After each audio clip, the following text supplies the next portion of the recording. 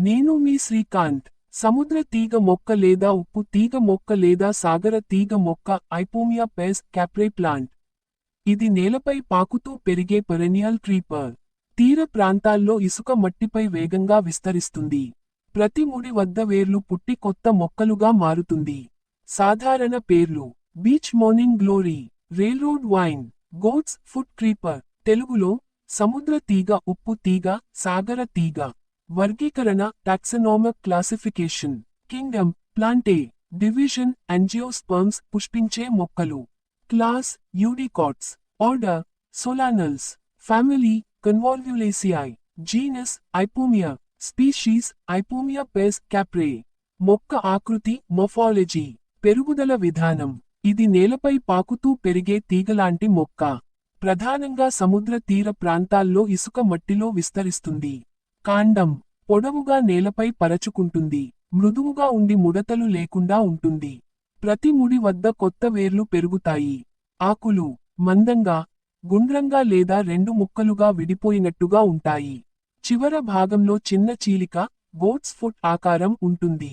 ఆకుపచ్చ రంగులో మెరిసిపోతాయి. నీటిని నిల్వ చేసుకునే గుణం ఉంటుంది. పువ్వులు: పెద్దగా, గంట ఆకారంలో, ట్రంపెట్ షేప్ ఉంటాయి. గులాబీ లేదా ఊదా, పింక్ రంగులో. మధ్యలో ముదురు రంగు ఉంటుంది. ఉదయం వేళల్లో వికసిస్తాయి. పుష్పం ఫ్లవర్. ఒంటరిగా ఆకు ముడి వద్ద పుట్టుతుంది. యాక్సిలరీ. పెద్దది, ట్రంపెట్ షేప్డ్. రంగు: గులాబీ నుంచి ఊదా. Symmetry: actinomorphic. సెక్స్: బైసెక్సువల్, ఉభయలింగ. ఉదయం వికసిస్తుంది. పుష్ప భాగాలు: కేలిక్స్ 5 సెపల్స్, స్వేచ్ఛగా. కరోలా 5 పెటల్స్ కలిసినవి, fused, funnel shaped. Androecium 5 stamens. Gynoecium, bicarpellary, సింకాపస్.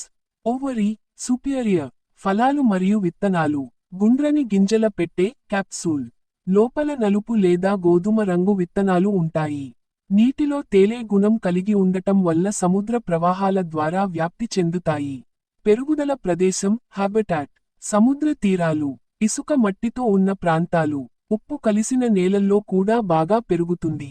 వేడి వాతావరణం ఇష్టపడుతుంది. ఔషధ గుణాలు: ట్రెడిషనల్ యూసర్స్. ఆయుర్వేదం మరియు జానపద వైద్యంలో ఈ మొక్కను ఉపయోగిస్తారు. ఆకుల రసం వాపులు తగ్గించడానికి. చర్మ వ్యాధులకు, కీళ్ల నొప్పులకు, గాయాలకు పూతగా వేయడం.